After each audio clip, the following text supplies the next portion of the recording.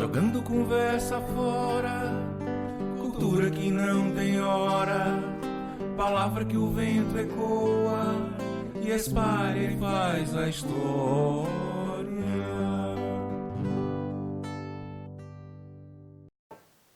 Olá amigos, tudo bem? Estamos aqui de volta com o nosso canal Jogando Conversa Fora, agradecendo sempre aquelas pessoas que já se inscreveram no nosso canal, pedindo aquelas pessoas que não se inscreveram que se inscrevam, que façam o nosso canal, como eu sempre digo, maior e melhor. Coloque também seu dedinho lá no sininho para receber as notificações dos novos vídeos, curtam nossos vídeos, enfim, dê uma força no nosso canal, ok? A gente hoje vai receber com muito prazer uma pessoa que vai falar sobre um tema que é um tema muito espinhoso, muito doído, mas é um tema que o mês exige. Nós estamos aqui já no mês de outubro, e esse mês, como muita gente sabe, é o mês chamado mês do Outubro Rosa. Por que é Outubro Rosa? Porque é o mês dedicado ao câncer de mama, ao combate ao câncer de mama. E, infelizmente, é o câncer no Brasil que mais mata. Então, a gente não podia deixar, com a responsabilidade do nosso canal, de tratar de um tema tão importante para as mulheres e para, enfim, para toda a população. E a gente, para isso, convidou uma pessoa que é uma sumidade nesse assunto. Ele, junto com outros médicos do Instituto do Câncer em São Paulo, eles fizeram um teste nos Estados Unidos e receberam uma nota que deixou eles entre os 10 melhores médicos do mundo na oncologia, que é a ciência que trata do câncer. Então, sem mais delongas, a gente vai conversar com esse rapaz de 33 anos, pasmem, 33 anos. Essa pessoa a quem eu já admiro de muito tempo e a quem eu vou ter o prazer de apresentar a vocês é nada mais, nada menos do que o doutor Cláudio Rocha. Seja muito bem-vindo, doutor. Obrigado, Walter. É um prazer participar do Jogando Conversa Fora e estamos aqui para a gente poder falar um pouco mais sobre o câncer de mama. Outubro Rosa, que é um mês que sempre vem esse alerta, especialmente para as mulheres, mas vale a pena a gente falar um pouco mais sobre câncer, esclarecer as dúvidas gerais que todo mundo tem. Eu vou lhe fazer uma pergunta que eu acredito que muita gente tem vontade. Quem é o Cláudio Rocha, além do doutor Cláudio Rocha? Cláudio Rocha é pai da Bianca, marido da Simone, filho da Perine. Eu sou filho de terras piauienses, nasci aqui em Teresina. Fiz a minha graduação na Universidade Federal do Piauí e logo após fui a São Paulo fazer as especializações necessárias para seguir na área de oncologia. Então, fiquei no Hospital das Clínicas da Universidade de São Paulo, na USP. Fiz clínica médica durante 2 anos, depois 3 anos no Instituto do Câncer do Estado de São Paulo, uma potência no desenvolvimento da oncologia brasileira, e voltei em 2015 para Teresina. Tive uma experiência internacional no Memorial Sloan Kettering, onde mais se estuda e se desenvolvem novas drogas contra o câncer de mama. E atualmente a nossa missão é desmistificar o câncer, né? Trazer para a população, mostrar que essa doença ela tem várias formas de controle, de cura, né? E alertar que é uma doença delicada, mas que, diagnosticada precocemente, a gente tem chance de vencer essa doença, assim como várias outras que a medicina já venceu ao longo do tempo. Uma dúvida, na sua família, você vem de uma família de médicos ou não tem nenhum médico na sua família? Não, meu pai era engenheiro, minha mãe é dentista e não tem médicos na minha família. Eu sou o primeiro médico, depois vieram mais alguns.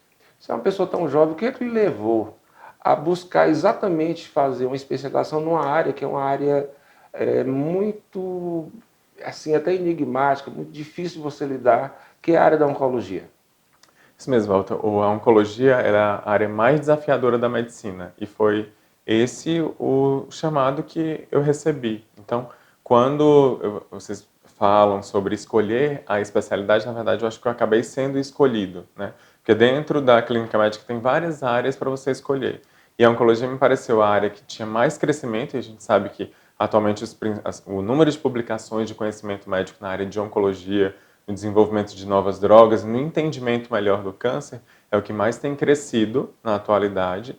E foi isso que me despertou a olhar, não só pelo desenvolvimento científico, mas também pelo vínculo, que é muito maior do que nas outras especialidades. Então, você imagina que a relação entre médico e paciente, oncologista e paciente, ela não é simples na área da oncologia. Na verdade, o vínculo, a relação é muito mais profunda. É uma relação médico-paciente, médico-família, médico-equipe. Então, a gente não faz oncologia sozinho. É um trabalho multidisciplinar. Isso mesmo. E a confiança, da mesma forma que os pacientes confiam bastante no nosso trabalho e acreditam, a confiança, eu sempre digo que é uma via de mão dupla. E o próprio paciente ele precisa ter autonomia e além dele confiar em mim, eu preciso confiar nele que tudo que a gente vai traçar juntos as nossas metas e objetivos, a gente vai fazer a nossa parte e os pacientes também farão a deles. Então, falando a respeito da prova, em 2015, o Instituto do Câncer do Estado de São Paulo, no final da especialização, os médicos residentes, que é assim que a gente chama os médicos que estão na residência, na especialização, médicos residentes em oncologia do Instituto do Câncer do Estado de São Paulo, nós fizemos uma prova para avaliar como funcionava o nosso serviço comparado com os serviços americanos. Isso já é feito de praxe nos Estados Unidos, é uma prova da Sociedade Americana de Oncologia, e é feito todos os anos. E ele sempre tem um ranking dos melhores serviços dos Estados Unidos. E o Instituto do Câncer se inscreveu para poder fazer, para que nós pudéssemos fazer essa prova e fazer essa análise, comparado com os Estados Unidos, como era que a gente estaria, né? E a verdade é que nós fomos muito melhor do que o esperado, né? Já era o nosso segundo ano de participação, a turma anterior já tinha feito, mas no nosso ano de 2015, a nossa turma ficou em 5º lugar, né? Em todos os centros, grandes centros dos Estados Unidos, e eu tive o prazer e a felicidade de ter feito a nota máxima nesse exame, né?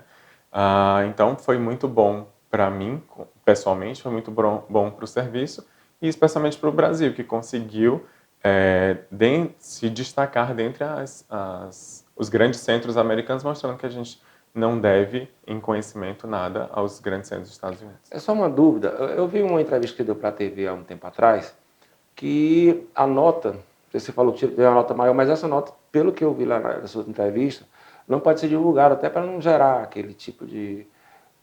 aquela questão assim de luta, né? Por ver quem é o melhor, competitividade. Mas eu queria só que você explicasse como é então que é feita, tirada essa nota, para que as pessoas que estão nos assistindo possam entender direitinho como é que funciona esse processo.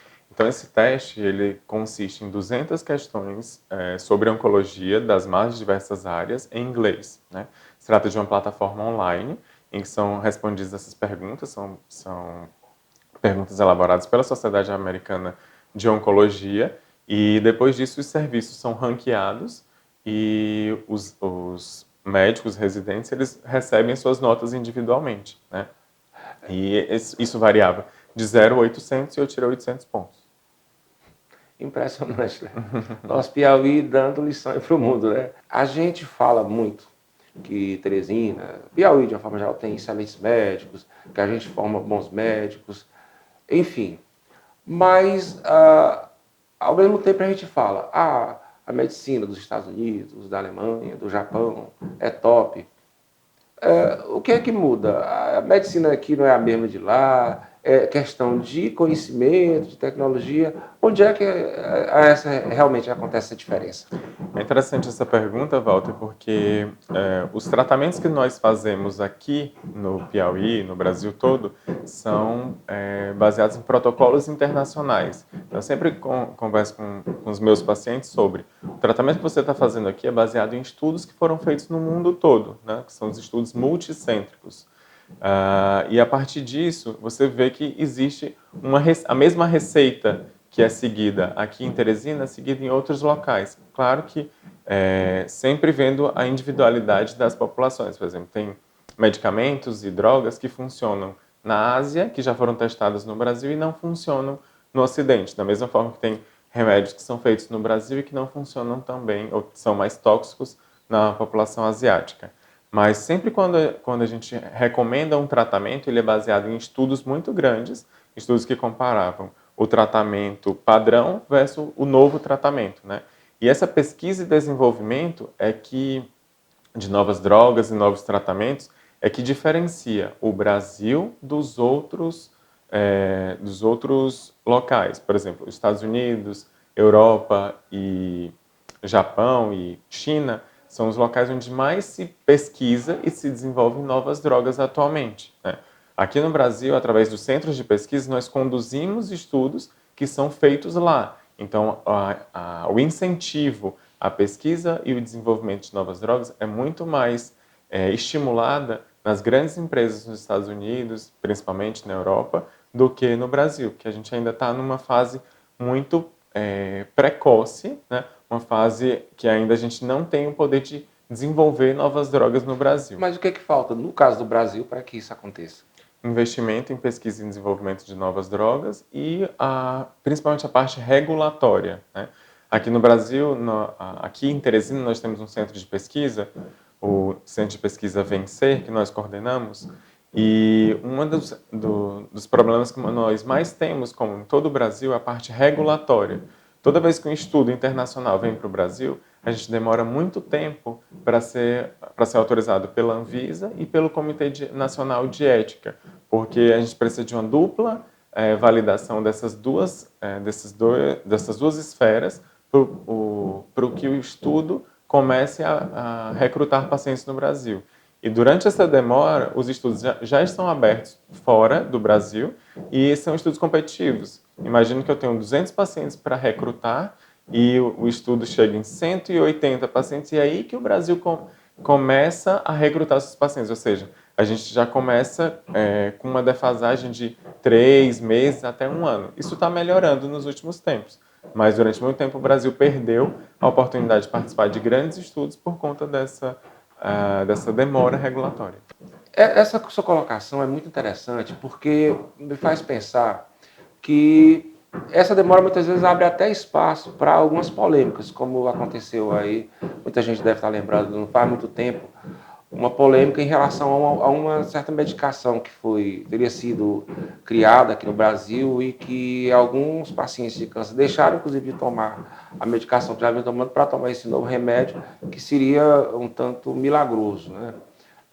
E a gente vê fugindo um pouco da questão do câncer, em relação ao canabidiol, né, que é uma outra droga que veio da maconha, e que, pelo que a gente tem acompanhado, também tem tido uma certa dificuldade em relação a essa autorização da Anvisa para que possa ser usada como as pessoas esperam.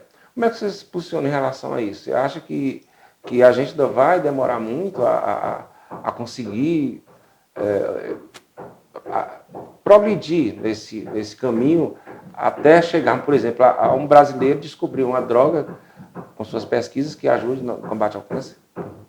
Então, falando a respeito da fosfatanolamina, que é essa substância que foi produzida e distribuída no Brasil de uma forma mais sensacionalista, não existe um estudo mostrando que a fosfatanolamina, diferente das drogas e tratamentos que são feitos de rotina e recomendados pelos médicos, mostrando que a fosfatanolamina ela tem eficácia no tratamento do câncer.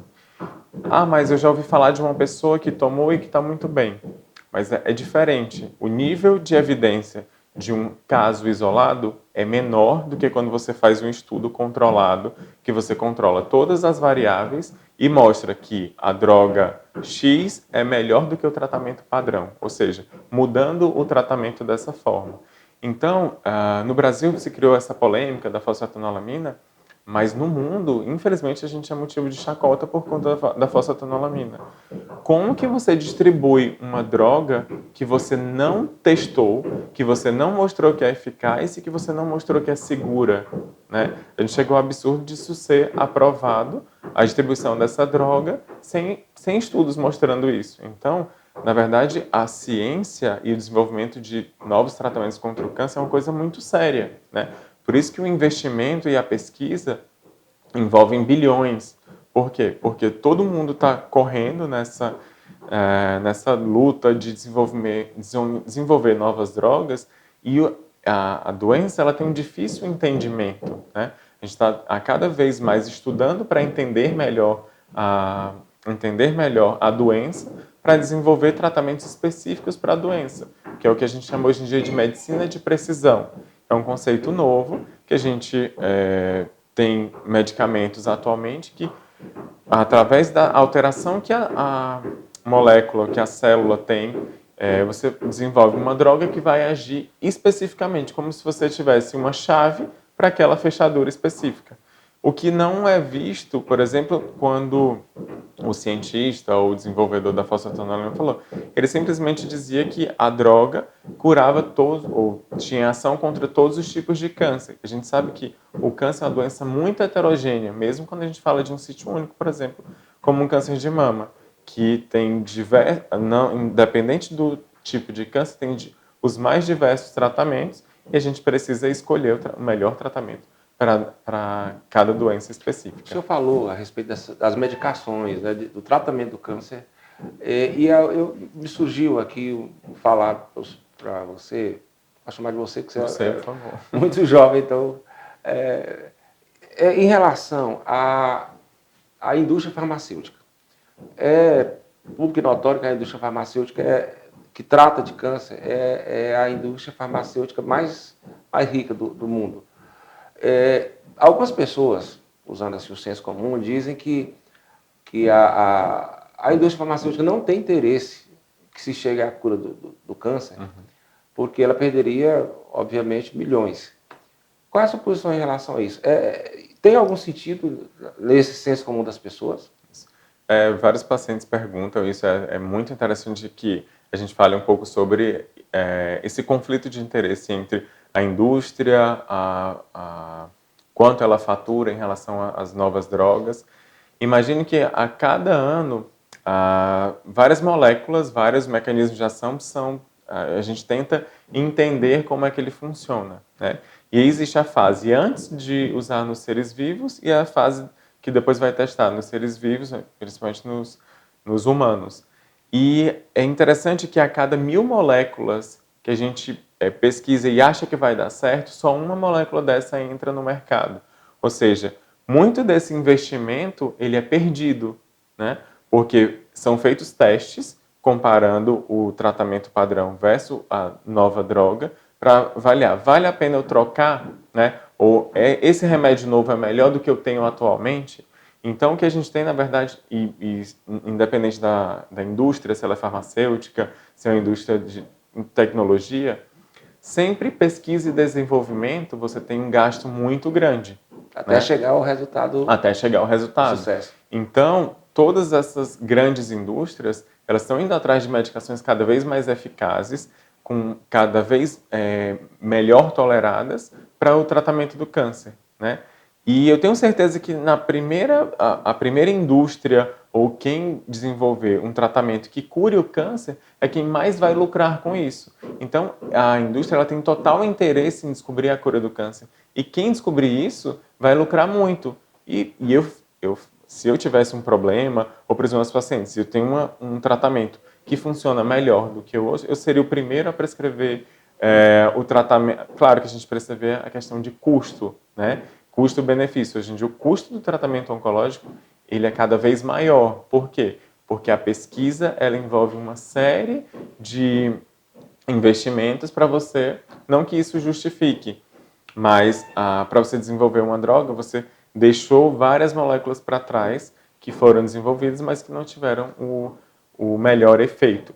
Então, em relação a isso, essa teoria da conspiração de que existe uma cura e que as indústrias têm essa cura, na verdade, se ela tiver e não revelar isso, na verdade, ela está perdendo dinheiro, né? Porque isso aí vai ser muito bem aceito pela sociedade, pelo governo, por quem quer que seja, porque vai dar qualidade de vida para as pessoas e vai curar essas pessoas do câncer. Há uma dúvida que eu mesmo tenho. Eu conheço o caso de um rapaz que ele perdeu o avô paterno e a mãe por câncer. Mas pesquisando para a gente ter essa conversa, eu vi que de 100 pessoas, só 5 delas teriam câncer por conta desse fator hereditário. O que você podia me dizer a respeito disso? Tá. Então, 10% dos cânceres são de origem genética, né? Então, tudo que a gente tem nos nossos cromossomos, no nosso DNA, vem do nosso pai e da nossa mãe. E da mesma forma, chance, a suscetibilidade de a gente ter doenças como câncer, por exemplo, pode estar relacionada com isso. Então, atualmente, sempre quando pacientes jovens, dependendo do tipo de câncer, pacientes mais jovens, pacientes que têm uma história familiar com muitos cânceres na família, eles precisam passar por avaliação oncogenética. O que é isso? Hoje em dia nós temos testes, e um dos mais comuns e mais falados é o teste do BRCA, para pesquisa de câncer de mama na família. Lembrar do caso da atriz Angelina Jolie, que descobriu que tinha uma mutação do BRCA. Então, a partir disso, ela tem uma informação que, ao longo da vida, ela tem uma chance maior de ter câncer de ovário e câncer de mama.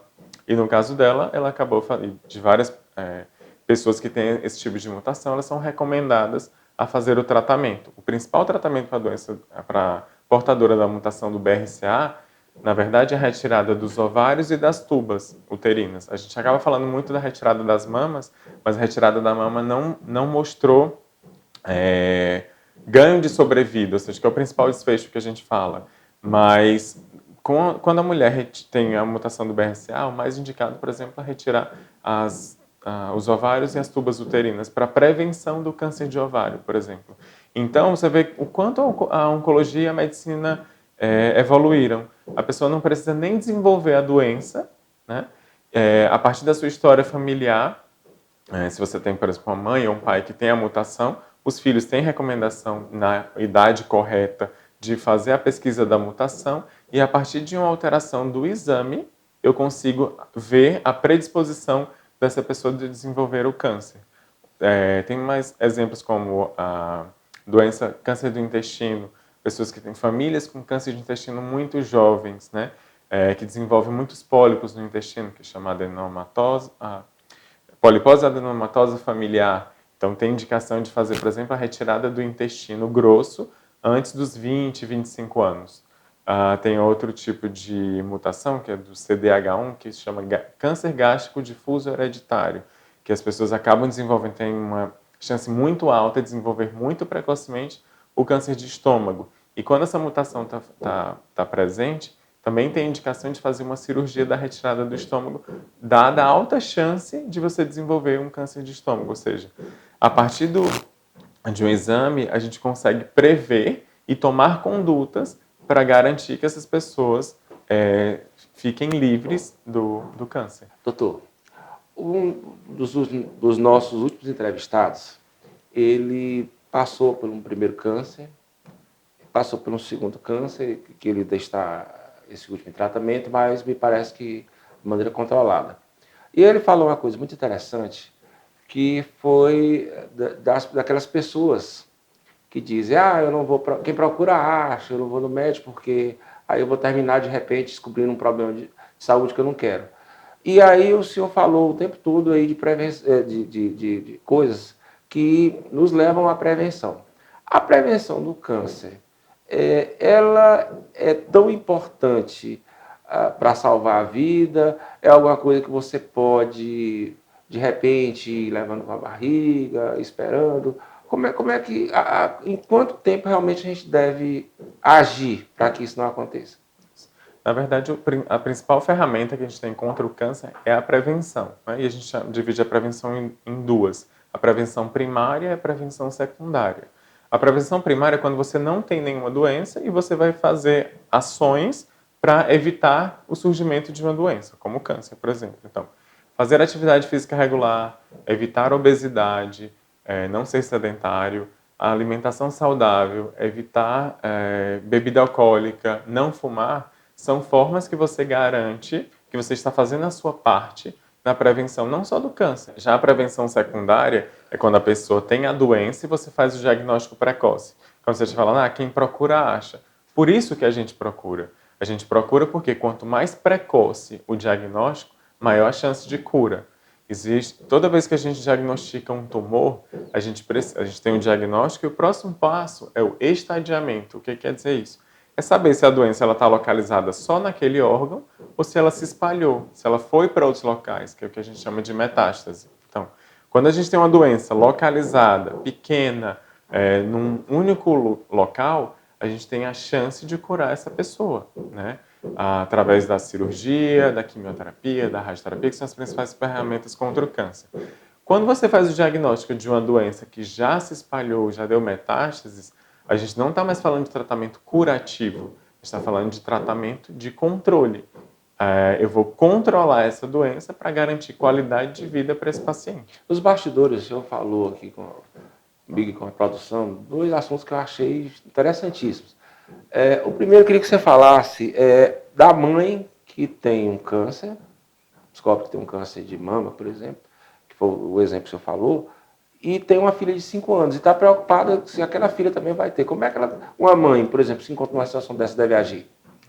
Então, quando uma pessoa tem um câncer e ela descobre que tem uma mutação genética que ela predispõe os seus filhos, ela precisa de um aconselhamento genético. O que é isso? Existe um especialista, o oncogeneticista, que faz esse trabalho de avaliar o tipo de mutação, o tipo de doença que ela pode causar e a idade que ela pode surgir, para você poder ter as medidas de prevenção antes dessa idade. Geralmente, as doenças elas se desenvolvem, né, com essas mutações, elas se desenvolvem já na idade adulta. Então, imagine que essa informação ela precisa ser dada a uma pessoa, a pesquisa dessa mutação precisa ser feita, essa informação precisa ser dada a uma pessoa que tenha maturidade para poder receber esse tipo de informação. Então, se você tem uma criança pequena, um adolescente menor que 18 anos, esse não é o melhor momento de você fazer a pesquisa dessas alterações, não é o melhor momento de você dar esse tipo de informação, porque ele ainda está adquirindo maturidade, ainda vai entrar na idade adulta para ter esse tipo de conversa e ter acesso a esse tipo de informação. E, ao mesmo tempo, você não está deixando ele descoberto das medidas de prevenção que ele precisa. Outra informação é em relação à questão, por exemplo, o pai teve câncer, o filho não tem. Aí o neto não tem, mas o bisneto tem. Pode pular de gerações para que esse câncer lá na frente apareça? Existe essa possibilidade? Então, sempre quando a gente vai avaliar a família, a gente não avalia só essa linha, né? A gente avalia também os tios, as tias. A principal dificuldade que a gente tem hoje em dia é porque nós temos famílias cada vez menores. Então, antigamente que eu tinha, por exemplo, uma paciente que tinha 8 irmãs, eu sabia que 3 delas tinham câncer, que as outras não tinham. Mas hoje em dia, as pessoas têm poucos tios, têm poucos filhos, né? Então, o que a gente chama de história familiar restrita. Então, por isso que pode acontecer, nesse caso do câncer não surgir em 2 gerações e surgir numa 4ª geração, por exemplo, né? Doutor, a grande maioria das pessoas nem fala o nome câncer. Fala CA. Como uma coisa assim que é horrível, é tétrico. O câncer, ainda hoje, é uma sentença de morte, em parte?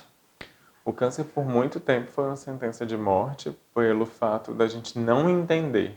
E cada vez mais a gente vem entendendo melhor a doença e vem avaliando formas melhores, estratégias melhores de curar, de combater, de prevenir esse tipo de doença. Então, existe um estigma muito grande com a doença. Só que, ao mesmo tempo que existe um estigma em relação a essa doença, ela se torna cada vez mais comum. Antigamente, as pessoas eram poucos conhecidos que tinham câncer, até porque as pessoas escondiam, não falavam, e realmente a incidência do câncer vem aumentando ao longo do tempo. Para você ter uma ideia, o câncer é uma das principais causas de morte nos países desenvolvidos. Ele é a principal causa de morte, ele já passou das doenças cardiovasculares. E o futuro é esse, por conta da incidência maior do câncer, o controle da doença, mas, infelizmente, a gente não entendeu por completo essa doença. E ao longo dos próximos anos, a gente vai tentar entender cada vez mais. Só que, hoje em dia, é possível, você tendo a sua prevenção inicial, que a gente já conversou, diagnosticando a doença precocemente e tendo acesso às principais informações e especialistas e grupos de especialistas, porque a oncologia não é só o oncologista, mas também o cirurgião, o radioterapeuta, toda a equipe que precisa estar junta, coesa, alinhada no tratamento dessa doença. Então, hoje em dia nós temos muito mais ferramentas do que nós tínhamos há 10 anos atrás, por exemplo.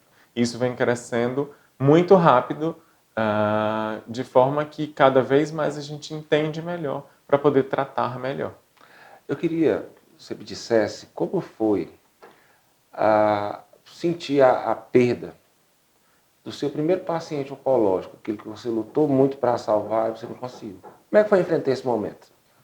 A perda do primeiro paciente oncológico foi ainda na minha especialização de clínica médica, né? Que foi a partir daí que a gente começa a perceber que a oncologia não é uma guerra de nós contra o câncer, né? Às vezes a doença já está lá, a gente sabe que a doença vai levar ao término, né, à finitude, e a gente sai da nossa zona de conforto, né? Porque sempre existe uma dificuldade na formação, na graduação de medicina, de formar médicos que saibam os seus limites, né? Então a gente sai da faculdade para salvar vidas a qualquer custo. Só que esse custo às vezes é muito alto. E esse custo ele pode gerar sofrimento para as pessoas. Então, se você tem a perda do meu primeiro paciente com câncer, meu primeiro paciente oncológico, me tirou dessa zona de conforto para mostrar que a gente não está aqui só para curar, né? E isso a gente já sabe há muito tempo, que a gente está aqui para aliviar sofrimento, né? Isso é o conceito de paliação, de cuidado paliativo. Então, ao invés do meu foco ser a cura, o controle da doença, o controle dos sintomas, e você garantir uma harmonia, não só do paciente, mas também de toda a família, é uma responsabilidade do médico que lida com esse tipo de doença. Então, é dolorido quando se perde um paciente oncológico, especialmente o primeiro, que a gente não tem maturidade para isso, mas o paciente falecer, o que não é uma derrota, porque a morte é o fim de todos nós, e da mesma forma que a gente nasce, a gente tem o dia exato para morrer, mas o paciente falecer próximo da família, sabendo que você deu o seu melhor e que chegou o momento exato daquele paciente, dá uma sensação de missão cumprida. Eu fiz a minha parte, eu dei o meu melhor e eu consegui garantir a paz, garantir a harmonia e garantir que esse paciente não sofresse, né? Isso é importante. Olha, eu observando, você é um homem de muita tranquilidade, um homem de muita fé. Se você pudesse ser Deus por um momento, por um minuto apenas, o que você faria? Eu resolveria os conflitos no Oriente Médio, que são uma forma muito injusta de acabar com a vida das pessoas, né? A guerra, resolveria a fome na África. Em relação ao câncer, eu acho que o homem vai dar conta de fazer isso. E a doença, apesar de a gente achar que é algo negativo, mas toda dor e todo sofrimento, quando vem junto de uma reflexão, ele serve para nos fortalecer, né? Esse conceito novo de antifragilidade. Antigamente a gente falava muito de resiliência, de você sair do seu lugar e você voltar para o mesmo lugar, para o mesmo tamanho. A antifragilidade ou o crescimento pós-traumático, na verdade, é mais do que isso. É você entender o propósito da doença, o propósito daquele agravo para saber o que Deus, o que essa força maior quer comigo, que missão que Ele está me dando. E cada vez mais eu vejo as histórias se repetindo e vejo pessoas renascendo, desenvolvendo muito mais o seu amor próprio, o seu autoconhecimento e se tornando pessoas melhores depois de uma doença. Então, mas é negativo ter a doença? É ruim, é sofrido, mas eu vejo muitas pessoas crescendo depois disso. E é na derrota ou no fracasso, é na dor que a gente consegue desenvolver isso, né? Se a nossa vida fosse só felicidade, se a nossa vida fosse só alegria, a gente não teria a capacidade e a humildade de entender que cada situação difícil na nossa vida, ela também tem o seu propósito. Eu queria, antes da gente encerrar, se voltasse aqui para nossas câmeras e deixasse uma mensagem aqui para os nossos internautas, em especial aqueles que de repente estão padecendo de um câncer, as mulheres, né, que estiverem com câncer de mama, que estejam em tratamento. Enfim, aquelas pessoas a quem você possa dar uma palavra de esperança. Tem uma mensagem muito importante que eu tenho para dar tanto para as pessoas que sofrem com câncer, que descobriram esse tipo de problema, mas não só para elas, mas para as pessoas que as ajudam, as pessoas que estão ao redor, que também sofrem muito. O paciente com câncer, ele não é digno de pena, ele não precisa da sua piedade, ele não precisa que você se coloque no lugar dele. Ele merece admiração. Porque todo paciente que está passando por esse problema, a primeira coisa que vem na cabeça dele é a morte e a finitude. E são pessoas que são sedentas de vida, são pessoas que são sedentas, elas têm vontade de crescer, de viver mais, de ver seus filhos crescendo, de ver suas famílias cada vez mais unidas. Então, o paciente oncológico, aprenda com o paciente que tem câncer, com a pessoa que tem câncer. E se você não souber o que falar, se você não souber o que falar sobre, tentar consolar, fique do lado, esteja do lado, fique próximo, que isso já é muito importante para ele. Porque é nesse momento que ele vai perceber quem está do lado dele e quem não está.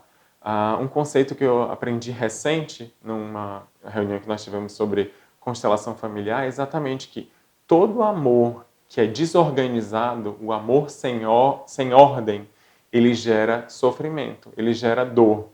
E às vezes o que a gente vê é que, na tentativa de ajudar, a gente acaba prejudicando. Então, tente organizar o seu amor, tente dar ordem ao seu amor e ofereça isso para as pessoas que sofrem com câncer, para as pessoas que estão passando por esse tipo de problema.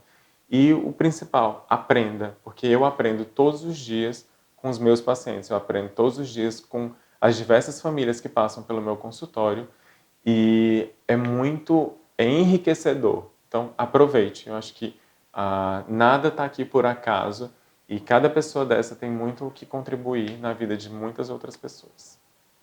Doutor, muito obrigado. Eu Acredito que suas palavras aqui trouxeram um grande ensinamento, não só quanto ao lado da medicina, mas um ensinamento também cristão, um ensinamento pessoal. Foi maravilhoso conversar com você. Viu? Muito obrigado. Eu queria, inclusive, agradecer a oncomédica, que é do grupo Medimagem, que nos cedeu esse espaço maravilhoso aqui nas suas instalações. Obrigado de coração. Queria também agradecer mais uma vez aqui ao doutor, que foi assim, muito receptivo, abriu um precioso espaço na sua agenda para conversar com a gente e com certeza ensinou muita coisa para a gente sobre câncer nessa nossa conversa. Agradecer mais uma vez aqui a Terra e Companhia, que nos veste todas as semanas, e convidar vocês mais uma vez a continuarem acompanhando os nossos conteúdos, se inscrevendo no nosso canal, deixando seus likes, ativando o sininho das notificações, enfim, fazendo o nosso canal cada vez maior e melhor. Enquanto isso, a gente segue por aí, jogando conversa fora. Jogando conversa fora, cultura que não tem hora, palavra que o vento ecoa e espalha e faz a história.